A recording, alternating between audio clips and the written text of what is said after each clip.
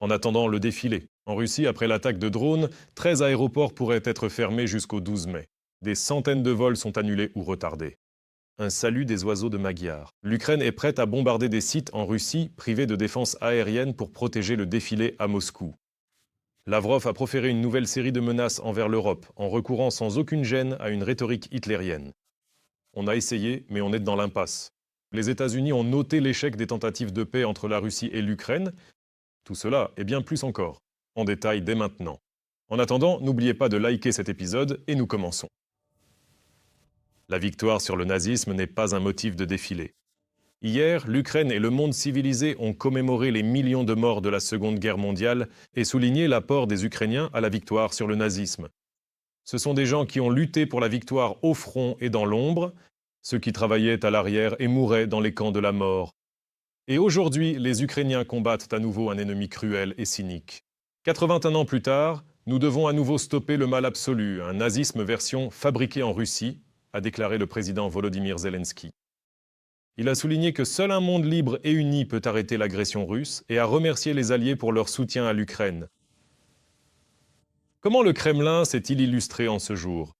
Par de multiples violations de leur propre trêve et, comme toujours, par des menaces, des calomnies et encore des menaces. Cette fois, on a fait entrer sur la piste le soi-disant ministre des Affaires étrangères russe, Lavrov, et celui-ci a tant bien que mal bêlé son 101e épouvantail pour l'Europe. Sens, étant donné qu'en Europe, beaucoup de personnes, sans aucune gêne ni hésitation, appellent ouvertement à répéter, d'une manière ou d'une autre, l'expérience dramatique et tragique de Hitler et de ses acolytes. Ce qui, pour être tout à fait clair, est extrêmement préoccupant. Et à préparer une nouvelle attaque contre notre pays avec l'objectif déclaré de lui infliger une défaite stratégique. D'ailleurs, avant la Seconde Guerre mondiale, Hitler aimait aussi dire qu'on voulait attaquer l'Allemagne, justifiant l'invasion de la Pologne par la défense. Certes, plus tard, sans plus d'explications, il a simplement occupé la majeure partie de l'Europe. Si pour le monde civilisé, ces jours sont un deuil silencieux, une réflexion sur le prix de la vie et les leçons de l'histoire, en Russie, c'est comme d'habitude. On y danse sur les tombes, on s'approprie les exploits et les victoires des autres, on se déchaîne. La Russie n'avait jamais vu une telle honte. En quoi le Kremlin a-t-il transformé le 9 mai? Ce qui est sacré pour nous. Cette année, par peur des drones, le défilé de la victoire est très écourté et on a décidé de ne sortir aucun équipement militaire.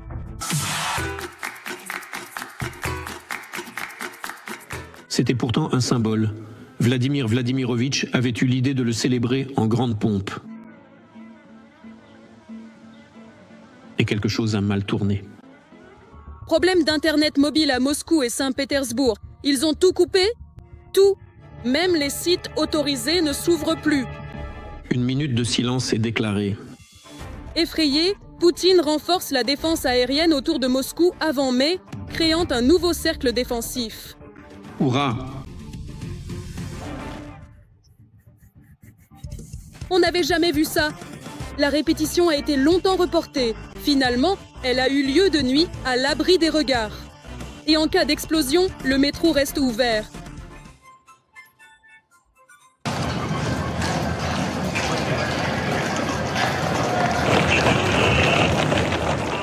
Inutile de parler de victoire désormais. Ils ont peur de marcher dans les rues de leur propre capitale. Au moins 15 régions de la Fédération de Russie ont annoncé l'annulation totale des défilés. À Samara, on démonte les tribunes par peur des attaques de drones. Les fonctionnaires se sont bien sûr enrichis sur le montage et le démontage.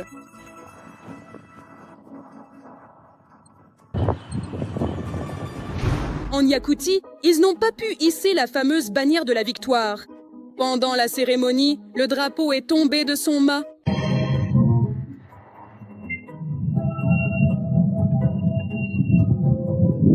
On dit que c'est un mauvais présage. L'exploit des soldats de la coalition anti-hitlérienne, acquis au prix de millions de vies, est devenu en Russie une folie de la victoire. Des marches honteuses ont à nouveau défilé dans les régions. Pourquoi honteuses? Parce que toute cette pseudo-grandeur se déroule sur fond de villes et villages abandonnés, sans asphalte ni gaz. Mais une fois par an, il se passe ceci.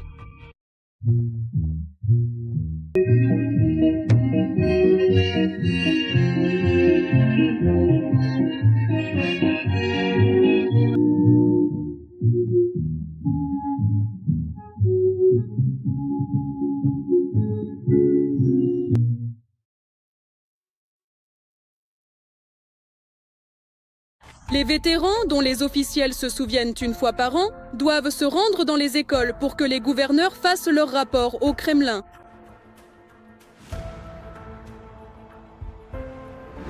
Mais sortir dans la rue n'est pas permis partout. Le gouverneur de Koursk, Kinstein, a inventé une version mise à jour du régiment immortel. Il dit que puisqu'on ne peut pas sortir, car c'est interdit, fêtons-le autrement. Mettons les photos de nos proches combattants en avatar et collons-les aux fenêtres. Aux fenêtres des institutions et de diverses organisations, donc, les photos des proches sont affichées. Et comme la gestion des réseaux sociaux est obligatoire pour les officiels, je demande à ce que cette semaine, chers collègues, nous remplacions aussi nos avatars par les photos de nos proches ayant participé à la guerre. Travailleurs de l'arrière. Allez, en avant, marche. Et voici les enseignants de Sakhaline qui ont défilé avec leur régiment immortel. Sauf qu'ils portaient en rang le portrait de Talankin. C'est l'auteur de ce film oscarisé, Monsieur Personne contre Poutine, sur l'abrutissement des écoliers russes. Sur place. Halte, 1, 2. C'est la nouvelle action de Bokan, l'activiste biélorusse qui s'était déjà moqué des profs russes. Et eux, ils se fabriquaient des chapeaux d'alu où ils magnétisaient de l'eau. Et dans un autre centre régional, ils ont fait un concert sur un train. Ils ont sorti des canons anti-aériens et en bas, des femmes en calot jubilaient.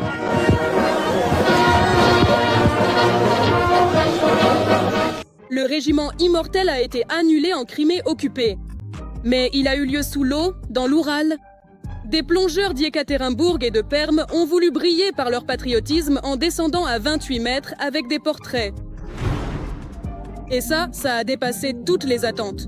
C'était si réaliste qu'on a cru un instant que les fascistes étaient de retour en Russie, sous une nouvelle forme. Non, du village. Du village? Du parti? Oui, donne ta main. Donne ta main. La main, oui, on va voir, on va tirer ça au clair de la spéculation de nos jours. Je n'y suis pour rien. Pas chez nous, tout. Si vous prenez mes empreintes, c'est que je suis coupable. Il y a un soupçon, le tribunal tranchera. Le tribunal le plus humain au monde. Qui enferme n'importe qui. C'est très bien dit, la pure vérité. Et il n'a pas eu peur. En Russie, il n'y a ni justice humaine, ni police valeureuse. Toutes les forces de l'ordre travaillent pour Poutine. Mais si vous croyez que ces délires de victoire s'arrêtent à la Russie, détrompez-vous. Ils se sont propagés comme des pucerons en Europe et même outre-Atlantique. Ils arborent fièrement le ruban de Saint-Georges, mais pour rentrer dans leur patrie sacrée, ils ne sont bizarrement pas pressés.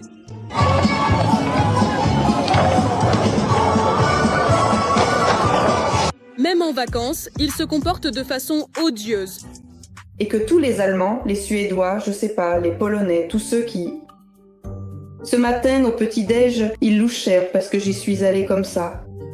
Et maintenant, j'y vais aussi comme ça. Je m'en fiche, parce qu'on est les meilleurs, pas vrai? Ils ne connaissent pas encore les bonnes femmes russes. Pendant ce temps, dans les zones occupées, on militarise les enfants ukrainiens. Avec l'arrivée du monde russe dans les villes ukrainiennes, les enfants subissent une propagande brutale. C'est Mélitopol. Gauche, gauche, 1, 2, 3. Gauche, gauche. Gauche, gauche, 1, 2, 3. Le monde normal voit la Seconde Guerre mondiale comme une leçon amère, mais pas la Russie. Je ne sais pas comment le dire. La Russie fait sans doute fausse route.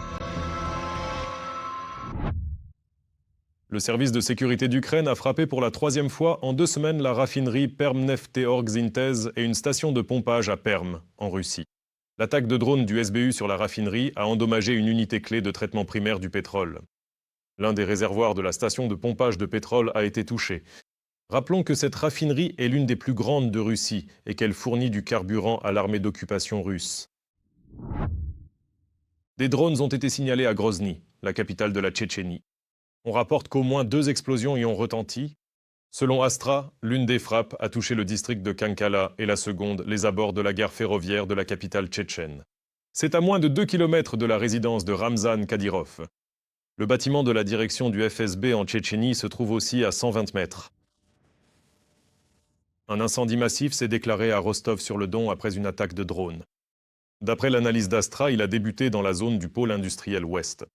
De nombreuses entreprises s'y trouvent, dont l'usine Ampils et une branche du centre technique Radar. Le groupe de veille de la chaîne Telegram Ven de Crimée affirme que l'entreprise Rostov Agroprom-Zapchast a été attaquée. Ampils est l'une des usines chimiques clés du sud de la Russie. Radar s'occupe du développement et de la fabrication d'équipements radioélectroniques, de systèmes à usage spécial et collabore avec le ministère de la Défense russe. En bref, ce sont des cibles légitimes et pour couronner le tout. 13 aéroports du sud de la Russie ont été fermés après que des drones ont frappé le bâtiment de la navigation aérienne à Rostov-sur-le-Don. Le ministère des Transports de la Fédération de Russie l'a confirmé. Plus de 14 000 passagers se sont retrouvés bloqués par cette situation. Les Russes devraient peut-être songer à reprendre le train ou le bus. Poutine a tout fait pour que le défilé du 9 mai sur la place Rouge ne se passe pas comme prévu. Les détails tout de suite. Les forces ukrainiennes préparent leur riposte aux frappes contre leur ville. Dès les toutes premières minutes du cessez-le-feu, la Russie, malheureusement, ne l'a absolument pas respecté malgré les engagements pris. L'Ukraine a donc répondu de la même manière. La place Rouge pourrait être la cible principale de l'Ukraine le 9 mai. Vaut-il mieux une décision impopulaire ou un défilé sous les bombes? Le choix est vite fait.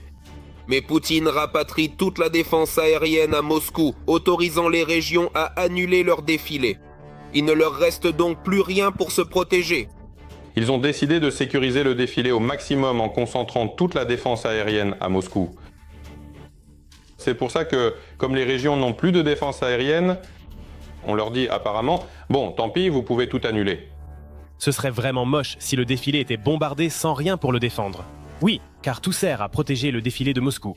Les Russes, surtout ceux près des raffineries et des usines d'armement, évacuent d'urgence, chacun où il peut. Pendant ce temps, les moscovites ne sont vraiment pas à envier. Je ne pense pas que nous devrions traiter cette possibilité avec ironie. Oui, nous en avons le droit. J'espère que nous en avons la capacité ou que nous l'aurons bientôt. Cela devient également évident. À vrai dire, cela devient évident pour les Russes eux-mêmes. C'est notre point de départ. Tous les camarades russes qui s'y rassembleront sont des cibles légitimes. Et qu'en est-il de Poutine? Et que peut-il dire? Il menacera de bombarder Kiev, Kharkiv ou Odessa. Ou alors, ils ont d'autres scénarios en tête. Et l'image de matériel brûlé? Sur la place Rouge, la situation est tellement catastrophique, vraiment désastreuse, oui, qu'il vaut bien mieux, sans aucun doute, défiler à pied, tranquillement, sans matériel lourd. C'est dire à quel point la situation est grave. C'est sans doute ça. Quant à la défense anti-aérienne russe, eh bien, la voici devant vous. Pour une raison quelconque, une autre idée me vient à l'esprit. Et si les autorités russes craignaient que certains drones d'attaque ou, disons, équipés d'explosifs quelconques, puissent voler vers la place Rouge, pas depuis l'Ukraine, mais de quelque part en Russie. Par exemple, de Mytichny, de Lyubertsy ou d'autres banlieues de Moscou. Le temps de vol vers la place Rouge passerait de quelques heures à quelques minutes. La défense russe n'aurait tout simplement pas le temps de réagir, ni d'évacuer Poutine lui-même de la tribune.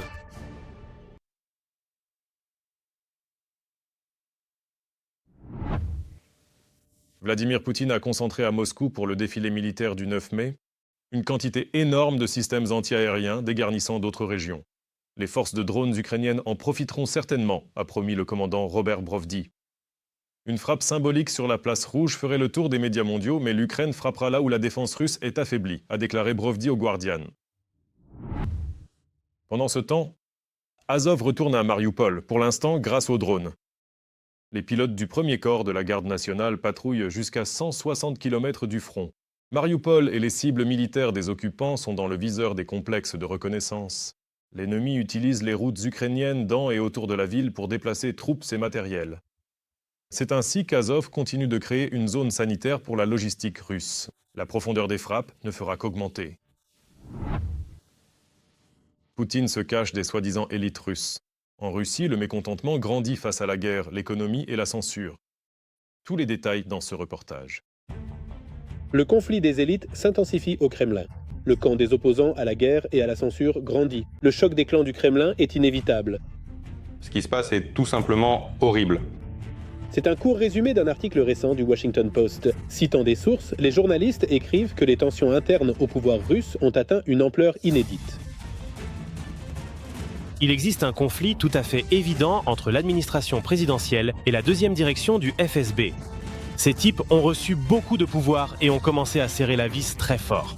L'administration présidentielle tente de faire comprendre à Poutine que la situation pourrait échapper à tout contrôle.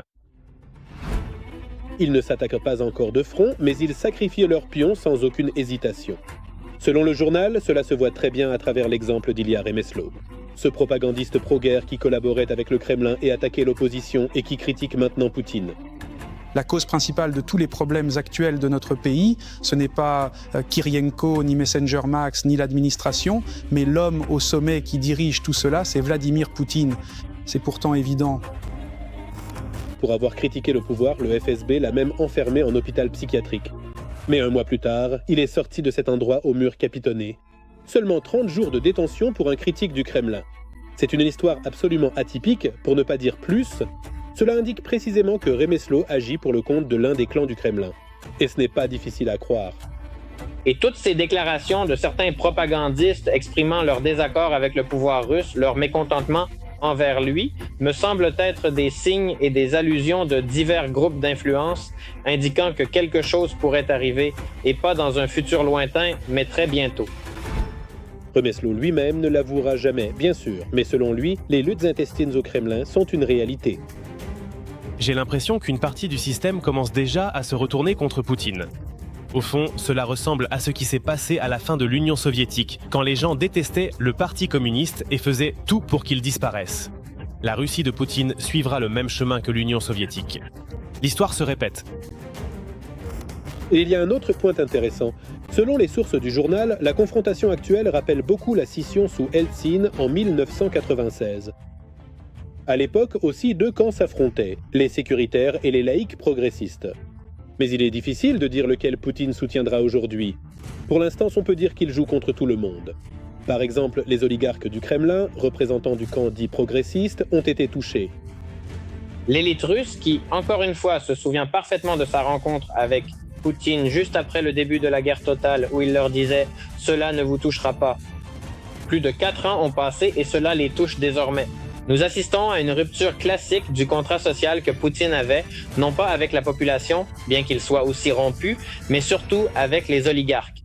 Parce que quand Poutine est arrivé au pouvoir, fin 1999 et début des années 2000, au fond, il a dit aux oligarques « Écoutez, je ne me mêle pas de vos affaires, je ne vais pas prendre votre argent, mais en échange, vous ne vous mêlerez pas de politique. » En même temps, les Siloviki en prennent aussi pour leur grade.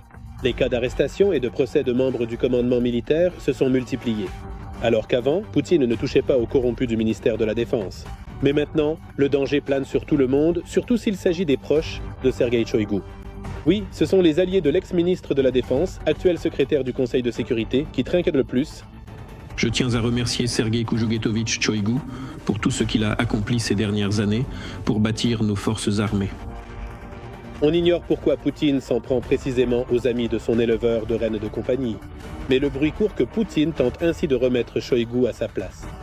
Plus tôt, le média Histoires Importantes écrivait que Poutine craint par-dessus tout un coup d'État pour le renverser. Sa paranoïa a empiré au point qu'il a même déplacé Kabaïeva et ses enfants de Valdaï, restant lui-même terré dans son bunker. À l'administration présidentielle, les visiteurs passent 2 niveaux de contrôle, dont une fouille complète par le FSO. Le FSO a considérablement réduit la liste des lieux que le président visite régulièrement. Ni lui ni sa famille ne se rendent plus dans leur résidence habituelle de la banlieue de Moscou ou de Valdaï. Les employés travaillant près de Poutine ont désormais interdiction d'utiliser des téléphones portables. Ils doivent utiliser des appareils sans aucun accès à Internet. Ces employés ont également interdiction d'emprunter les transports en commun. Ils se déplacent exclusivement à bord de véhicules du FSO. Des systèmes de surveillance ont été installés chez les cuisiniers, les photographes et les gardes du corps. Difficile de dire qui alimente le plus cette histoire de coup d'État, mais vu l'ambiance, même les clans rivaux du Kremlin semblent avoir un point commun. N'importe quel membre de l'élite russe voit leur histoire, celle de Tsalikov, celle d'Ivanov, et commence à se demander quelle garantie ai-je de ne pas être le prochain, qu'on ne vienne pas me chercher. Et ceux qui pourraient figurer sur cette liste commencent à comprendre qu'il faut peut-être agir préventivement, comment leur temps Beria et d'autres l'ont fait quand Staline voulait les purger, mais qu'au final, c'est Staline qui a été éliminé. C'est pourquoi je suis profondément convaincu que même dans l'entourage proche de Poutine, il y a des personnes qui pensent sincèrement que, pour leur propre sécurité, il faudrait peut-être envisager d'arrêter Poutine avant qu'ils ne prennent la décision de les arrêter, eux. Et il n'est pas exclu qu'ils finissent par fomenter, sinon une mutinerie à la Prigogine, du moins un coup d'État de palais contre Poutine. Le secrétaire du Conseil de défense et de sécurité nationale d'Ukraine, Rustem Umerov, a mené des négociations aux États-Unis avec les émissaires spéciaux Steve Witkoff et Jared Kushner. Il a déjà rendu compte des résultats de ces rencontres au président ukrainien Volodymyr Zelensky. L'accent est mis sur le volet humanitaire, le retour de nos prisonniers détenus par la Russie. Cela reste l'une des priorités clés de l'Ukraine, a noté le secrétaire du Conseil de sécurité. Lors des pourparlers, les parties ont aussi discuté de l'intensification des efforts diplomatiques et de la coordination des prochaines étapes pour une paix juste. Merci à la partie américaine pour ce dialogue constructif et son soutien à l'Ukraine, a déclaré Umerov. Eh bien, les États-Unis ont laissé entendre qu'ils pourraient se retirer des négociations sur l'Ukraine faute de progrès. Le secrétaire d'État américain Marco Rubio a déclaré que Washington restait prêt à agir comme médiateur entre les parties. Mais il ne veut pas perdre de temps dans des efforts sans aucun résultat. Nous avons joué et tenté de jouer un rôle de médiateur dans ce processus. Jusqu'ici, cela n'a mené à aucun résultat, a souligné Rubio. Les revenus pétroliers de la Russie ont bondi de 40% en avril sur fond de guerre au Moyen-Orient. 855 milliards 600 millions de roubles, pour être précis. C'est 239 milliards de roubles de plus qu'en mars. Qu'y a-t-il derrière ces chiffres et quel est l'impact pour la Russie, en particulier sur les simples Russes ? Le conflit au Moyen-Orient est devenu de façon inattendue une aubaine financière pour le Kremlin. Avec l'escalade, le pétrole a fortement renchéri et avec lui les revenus pétroliers et gaziers du budget russe. La Russie a toujours été dépendante des prix du pétrole. Pourquoi? Parce que les prix du gaz sont directement liés à ceux du pétrole. Et ces deux composantes-là constituent la part du lion dans la formation du budget ainsi que du produit national brut. Rien qu'en avril, les revenus pétro-gaziers ont cru de près de 40%, atteignant presque 900 milliards de roubles. La raison de cette hausse est le bond du prix du pétrole russe. Si en février le baril valait environ 44 $, il était déjà à 77 en mars. Et en avril, le prix a frôlé les 95 $ le baril. D'après mes calculs, les recettes budgétaires ont augmenté d'environ 10 milliards de dollars. C'est énormément d'argent. Pour dire les choses, c'est un mois de guerre, un mois entier de dépenses de Poutine pour la guerre en Ukraine. Mais derrière ces chiffres ronflants, il y a une nuance de taille. Malgré la hausse d'avril, les revenus pétro-gaziers totaux de la Russie sur les 4 premiers mois restent inférieurs de 38% à l'an dernier. L'argent n'afflue que maintenant, mais l'économie russe n'a pas encore retrouvé son niveau antérieur. Alors que la rentabilité des exportations de pétrole et de gaz augmente, on peut dire que les autres secteurs sont en état de crise.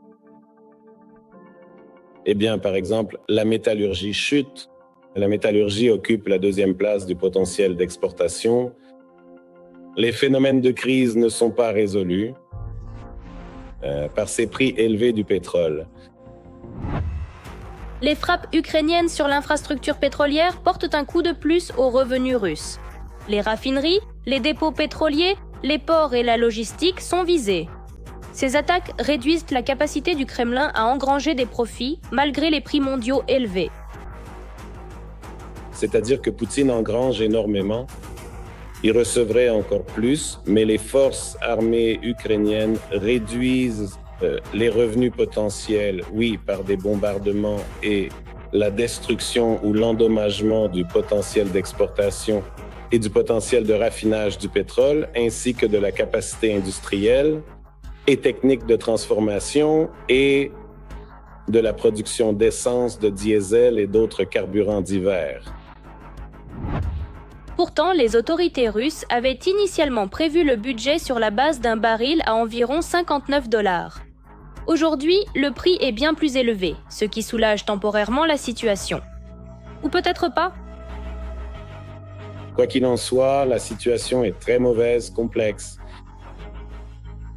Dans de nombreux secteurs de l'économie, les signes de crise dominent. On voit reculer la construction, la consommation et même l'extraction de pétrole diminue progressivement car il n'y a plus d'endroit où le stocker, faute de capacité de stockage disponible. Le risque majeur pour le Kremlin est que le conflit au Moyen-Orient ne sera pas éternel. Tôt ou tard, la situation se stabilisera et les prix du pétrole pourraient à nouveau chuter. Et alors, le budget russe se retrouvera à nouveau sous pression. Aujourd'hui déjà, les prix sont tombés à 102 $ le baril de Brent. Il y a quelques jours, ils s'étaient stabilisés autour de 110. C'est dû à l'apaisement du conflit et tout le monde comprend que peu importe combien Poutine demande à Trump de continuer la guerre, Trump devra tout de même mettre fin à cette guerre. Les conséquences sur les prix seront sensibles, enfin, je pense, jusqu'à la fin de l'été. Tant que le conflit persiste au Moyen-Orient, Poutine profite d'un pétrole cher. Mais ce bonus est temporaire. Et quand les prix rechuteront, l'économie russe fera face à des problèmes que les pétrodollars ne pourront plus éponger. Ces dernières années, Rostelecom est passé d'opérateur télécom à un outil clé de censure et de surveillance. Son chef, Mikhail Osseyevski, est membre de Russie Unie et un pur produit du système Poutine, récompensé pour sa loyauté par une vie de luxe. Voici maintenant le portrait de l'homme qui débranche l'Internet en Russie. WhatsApp, Telegram, YouTube. Pour des millions de Russes, ces noms sont devenus les symboles d'une lutte constante pour rester connectés. Pendant que les usagers cherchent un VPN qui fonctionne, les bureaux de Rostelecom sont en pleine effervescence. WhatsApp est mort, Telegram mourra dans les prochains jours, Max progresse, donc tout va bien. Roskomnadzor, en réalité, ne fait que donner les ordres, mais c'est véritablement ce géant d'État qui agit comme le bras armé, celui qui, techniquement, tue petit à petit l'Internet libre. Et c'est Rostelecom qui s'occupe de tout cela. Surveillance du trafic et test de ralentissement des services étrangers. Tout cela se déroule sous la direction d'un seul homme. Les abonnés se plaignent, bien sûr, mais le problème de YouTube ne nous concerne pas du tout, c'est leur problème. Mikhail Osseyevski, pur produit de l'école politique de Saint-Pétersbourg. Sa carrière a décollé dans les années 90 auprès du banquier Vladimir Kogan, surnommé le banquier des tchéquistes. Quand Valentina Matvienko a pris la tête de Saint-Pétersbourg, Osseyevski est devenu son bras droit. D'abord vice-gouverneur aux finances, puis chef de l'administration. Nous comprenons que nous allons devoir réduire les paramètres du budget de la ville. Nous serons contraints d'abandonner un certain nombre de programmes. Mais l'essentiel est de garder une perspective. Son style de gestion a toujours été marqué par un cynisme froid. Même quand les caisses de la ville se sont vidées de centaines de milliards, il l'a annoncé froidement et calmement. En 2017, après un passage à la VTB, il a été envoyé au front du contrôle numérique par décret de Medvedev en prenant la tête de Rostelecom. J'aimerais profiter de cette occasion pour dire quelques mots sur le téléphone fixe, parce qu'il y a eu beaucoup de battage médiatique. Nous avançons dans la bonne direction. Je ne veux pas entrer dans un débat à ce sujet maintenant, mais l'État remplit une fonction cruciale en assurant la sécurité du pays dans son ensemble, de chacun d'entre nous, et nous faisons partie de ce combat. Pendant qu'Osseyevski se montre nostalgique du téléphone en public,